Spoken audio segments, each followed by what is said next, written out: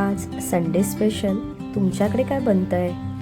आज मी माझ्या घरी बनवणार आहे chicken Malvani style chicken gravy आणि ती रेसिपी मी तुमच्यासोबतही शेअर करणार आहे. इथे अर्धा किलो चिकन घेतलं आहे मी स्वच्छ धुवून. त्यामध्ये हळद, मीठ आणि आलं लसूण पेस्ट असं लावून मॅरिनेट करून ठेवलं आहे. फक्त 15-20 मिनटं मी मॅरिनेट करून ठेवलं आहे.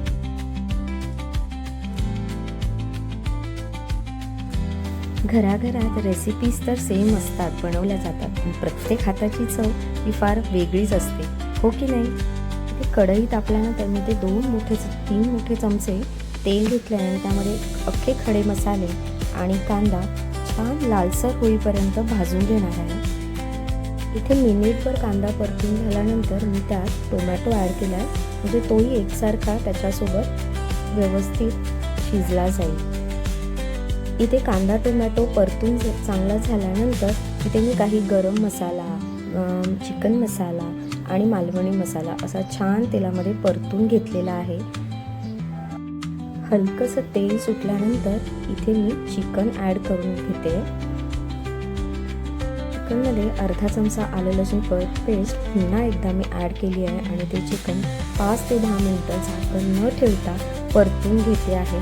त्यामुळे काय होईल, चिकनमध्ये जो हिवसपणा असतो तो निघून जातो. ते झाकण मी अजिबात ठेवलेलं नाही आहे, ते फक्त तेलावर हलक्या आचेवरती मी ते छान परतून घेतलेलं आहे आणि त्यानंतर त्यामध्ये गरम पाणी ॲड करून त्यानंतर मग त्यावर झाकण ठेवून ते हळू स्लो गॅसवरती शिजत ठेवलेलं आहे.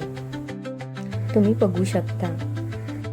मालवणी स्टाईल म्हटलं की खोबरं आलंच. मग इथे मी कांदा, ओलं खोबरं, सुकं खोबरं असं छानपैकी भाजून घेतलं आहे आणि ते मिक्सरला बारीक वाटून घेतलेलं आहे. इथे 10 मिनिटानंतर मी परत ते चिकन शिजत आलं आहे हे चेक केलं आहे आणि आता यामध्ये मी आपलं वाटप टाकणार आहे खोबऱ्याचं. ते टाकल्यानंतर ते व्यवस्थित मी परतून घेतलं आहे आणि तुम्हाला हवी तेवढ्या कन्सिस्टन्समध्ये पाणी ॲड करून तुम्ही ग्रेव्ही तयार करू शकता. आजची माझी चिकन ग्रेव्हीची रेसिपी तुम्हाला कशी वाटली हे मला कमेंट करून नक्की सांगा आणि काही सजेशन असतील तेही सांगा. थँक्यू. Keep watching.